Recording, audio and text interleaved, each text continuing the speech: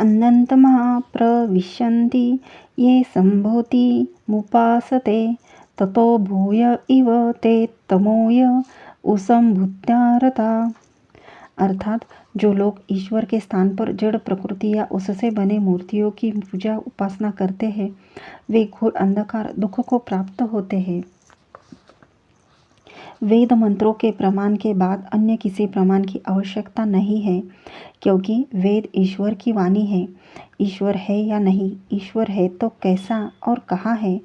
मैंने पुस्तक के प्रारंभ में सर्वप्रथम तर्क और प्रमाण के आधार पर इन्हीं विषयों का समाधान किया है। आप जान चुके हैं कि संसार का बनाने वाला सर्वत्र व्यापक है। संसार में ऐसा कोई स्थान नहीं जहाँ ईश्वर न हो। प्रश्न उठता है कि जब ईश्वर प्रत्येक पदार्थ, स्थान व कण कण में उपस्थित है तो मूर्तियों में भी तो है। अतः क्यों न मूर्ति में ईश्वर को मानकर उसकी पूजा की जाए। आइए एक उदाहरण द्वारा इस विषय को समझने का प्रयास करते हैं। मान लीजिए एक आतंकवादी ने 10 निर्दोष लोगों को मार डाला, अतः ईश्वर तो उस आतंकी में भी है। क्या उस आतंकी को सज़ा देने से ईश्वर को सज़ा होगी? बिल्कुल नहीं, क्योंकि ईश्वर केवल उस आतंकी में नहीं बल्कि उसके अंदर बाहर, दाएं बाएं, ऊपर नीचे उसको सज़ा देने वाले में भी तथा जिस पदार्थ, रस्सी, बंदूक आदि से सजा दी जाएगी उन सभी में है। इसलिए ईश्वर को किसी एक स्थान पर ही विशेष रूप से महत्व देना बुद्धिहीनता है। यह तो वही बात हो गई कि एक चक्रवर्ती सम्राट को एक छोटी सी झोपड़ी का स्वामी मान लिया जाए। ईश्वर पत्थरों में भी है, यह सत्य है, किंतु 2 पत्थरों को आपस में टकराएंगे तो इसका ये अर्थ निकलना कि ईश्वर की टक्कर हो रही है, मूर्खता है, क्योंकि ईश्वर कण कण में उपस्थित होकर भी सब पदार्थों से सर्वथा भिन्न है। ये तो वही बात हो गई कि कोई कहे कि मेरी मुट्ठी में ईश्वर आ गया है।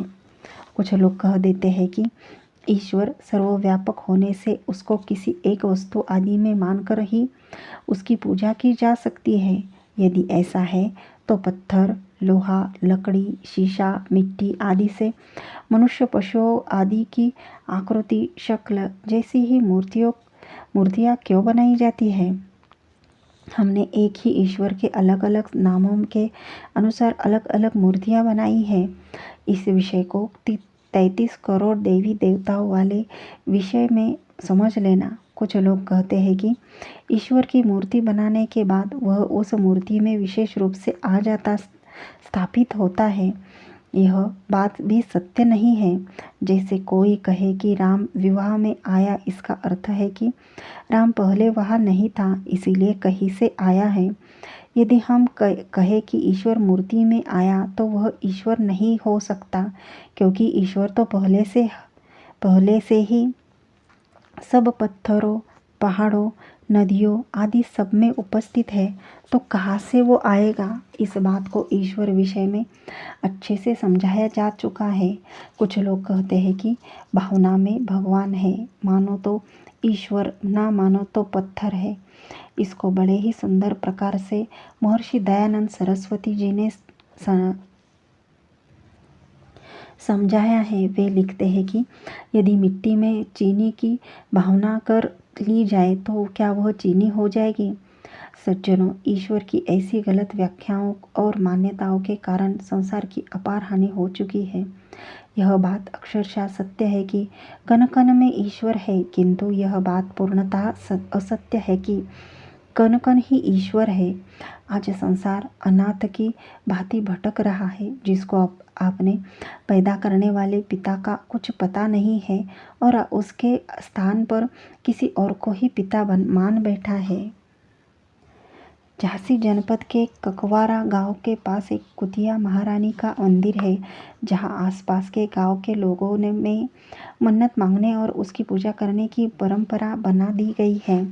ईश्वर और ईश्वरीय ज्ञान वेदों को न समझने के कारण आज छोटे बड़े करोड़ों भगवान हो गए और प्रतिदिन नए नए भगवान पैदा हो रहे हैं।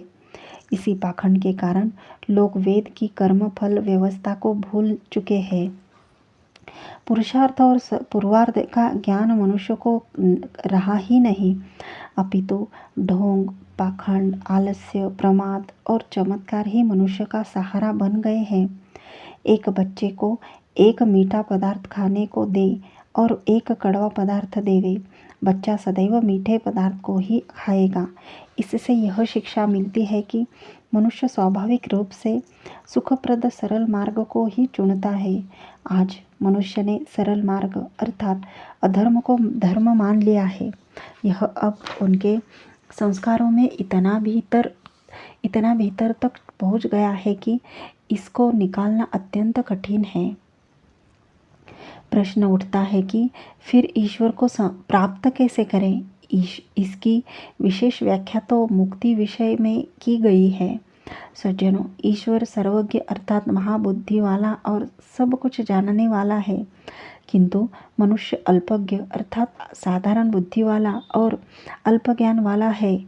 अल्पज्ञ मनुष्य सर्वज्ञ ईश्वर को सब जगह प्राप्त नहीं कर सकता है।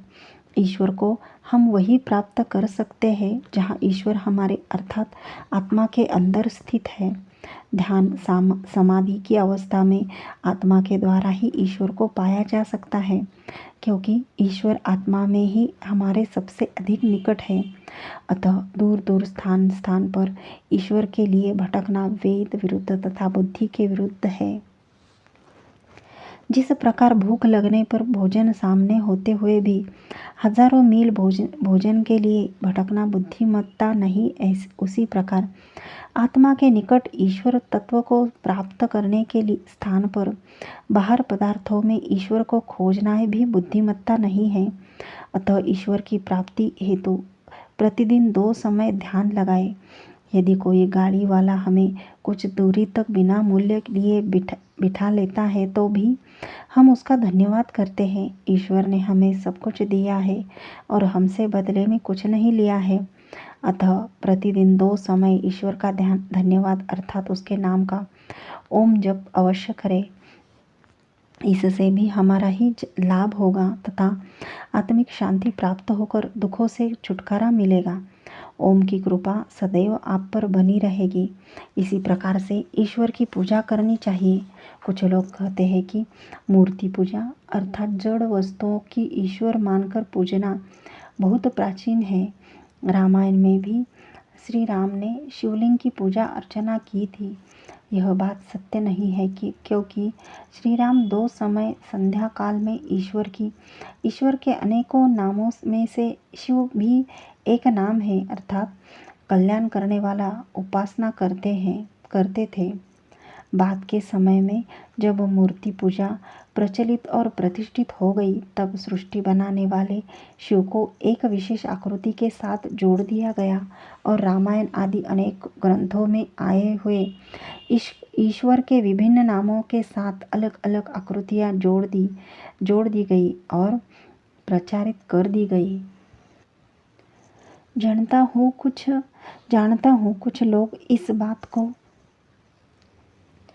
मानने से मना कर देंगे यदि उनकी यह बात मान भी ली जाए कि मूर्ति पूजा बहुत प्राचीन है, तो भी क्या प्राचीनता सत्य का प्रमाण है? यदि हाँ, तो चोरी आदि भी प्राचीन समय से चली आ रही है, तो क्या वो भी ठीक है? आजकल प्राचीन शिव मंदिर, प्राचीन काली मंदिर, प्राचीन मस्जिद अथवा प्राचीन चर्च लिखकर ये दिखाने की होड़ लगी रहती है कि यहाँ तो भगवान पक्का है क्योंकि यह प्राचीन है। कुछ लोग तो प्राचीन लिखकर सड़क तथा रेलवे स्टेशन पर मस्जिद बनाए बैठे हुए हैं। सज्जनों, सत्य को तर्क और तथ्यों के आधार पर सिद्ध किया जाता है, प्राचीनता के आधार पर नहीं। भारत में मूर्ति पूजा जैनियों ने लगभग 3000 वर्ष पूर्व से अपनी मूर्खता से चलाई, जिससे उस समय तो आदि शंकराचार्य ने निजात दिला दी, परंतु उनके मरते ही उनको भी शिवाज अवतार ठहरा कर पेट पूजा आदि होने लगी। इसी मूर्ति पूजा के कारण ही भारत में क्रूर इस्लाम की स्थापना हुई तथा भारत को पारतंत्रता का मुंह देखकर अवनति के गर्त में गिरना पड़ा। अब भी यदि क्रूर इस्लाम से बचना चाहते हो तथा दुष्ट प्रकार से के मुसलमानों और ईसाइयों से दुनिया को बचाना चाहते हो तो श्री राम श्री कृष्ण के समान आर्य श्रेष्ठ बनो।